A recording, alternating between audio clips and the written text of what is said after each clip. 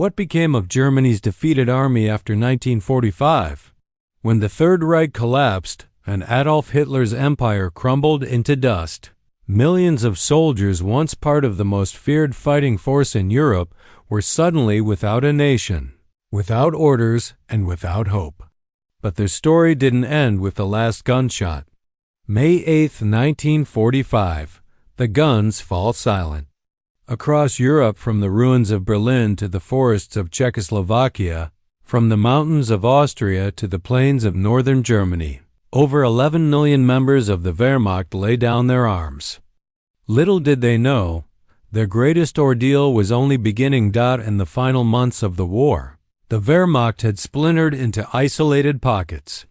Divisions once renowned for discipline, such as the 352nd Infantry Division, the 3rd Panzergrenadier Division, and remnants of elite formations like Fallschirmjäger regiments were fighting without fuel, food, or communication. By April 1945, over 2 million German soldiers were trapped in the Western Allied zones, desperately attempting to flee the advancing Red Army. They believed surrendering to the British or Americans was their only chance of survival.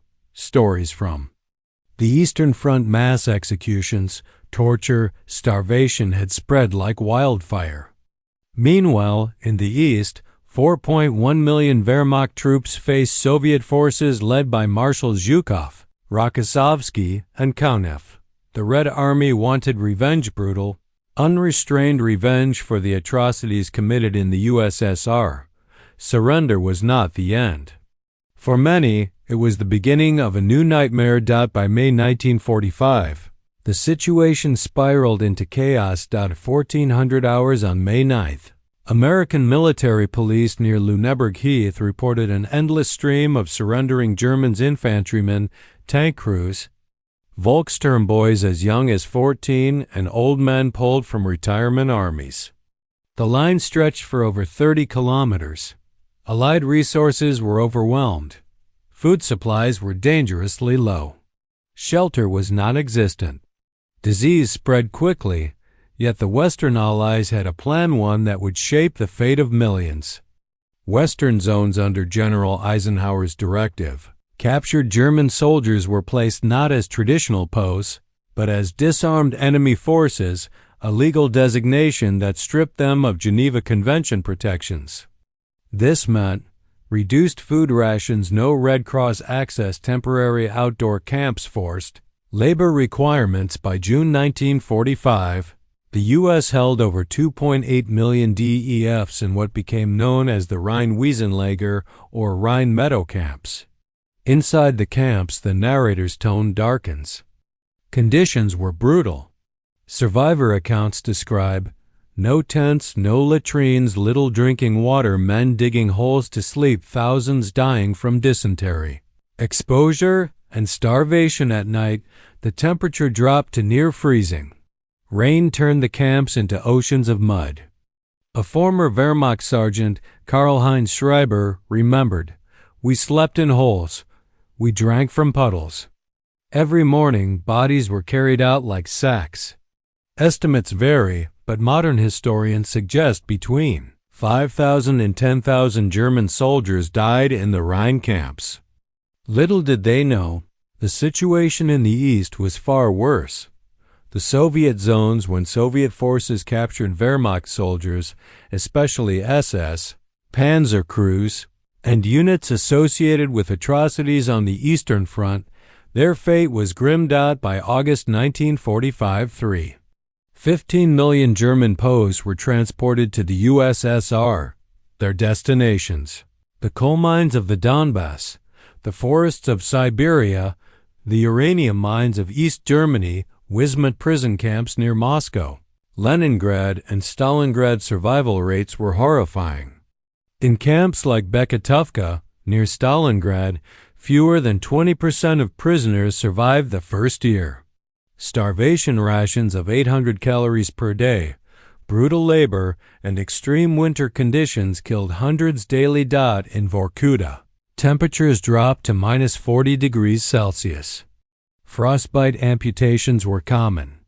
Many froze to death overnight. For German soldiers, 1946–47 became the darkest chapter of their lives. Families back home had no information. The German postal system had collapsed. Millions were simply listed as vermisst, missing. Women waited years without knowing whether their husbands were alive, imprisoned, or buried in an unmarked grave thousands of miles away. By 1947, epidemics swept through eastern POW camps. At Camp 188 in Kazakhstan, over 1,000 POWs died in a single winter.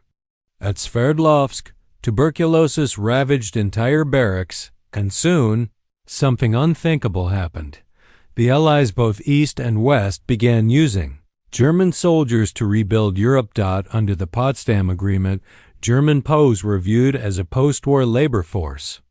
They rebuilt bridges, docks, roads, factories, bombed out cities. The French used over 800,000 German POWs for reconstruction. Britain used 400,000. The Soviets used over 2.5 million. Workdays lasted 12 to 14 hours. Food was barely enough to survive. Accidents were common. Escape was impossible. In the words of one former POW, "We built the new Europe with our bare hands, one stone at a time." By 1948, pressure began mounting. Humanitarian groups demanded the release of German POWs. Families sent thousands of letters to the Red Cross. Newly formed West German leaders begged for their return. Then, something changed. On January 5, 1949, Soviet leader Joseph Stalin authorized a mass repatriation program. It wasn't mercy, it was politics. The Cold War had begun. Germany was now divided. Both the West and the USSR wanted influence over the emerging German states. Between 1949 and 1950, millions of POWs finally began to return home. The last German POW, the final known German soldier held by the Soviets, Corporal Heinrich Lange, was not released until 1956, more than 11 years after the war ended. His only crime? Serving near Stalingrad. When he stepped off the train in Germany, he was 36 years old. He had surrendered at 25. When the smoke cleared, the fate of Germany's defeated army was staggering. Over 11 million Wehrmacht soldiers captured 3.6 million sent to the USSR, 1 million never returned. Thousands died in Western camps, millions forced into labor for years. Yet their suffering shaped post-war Europe. Returning POWs became the workforce that rebuilt Germany, the veterans who raised a new generation, the men who helped form the Bundeswehr in 1955. Living reminders of the price of dictatorship and war today, their graves lie scattered across Russia, Ukraine, Kazakhstan, France, Belgium, the Netherlands, and beyond. Their story is not just one of defeat. It is one of endurance. This was just one of countless untold stories from the Second World War. Subscribe to World War II Files as we continue to bring these forgotten chapters of history back to life.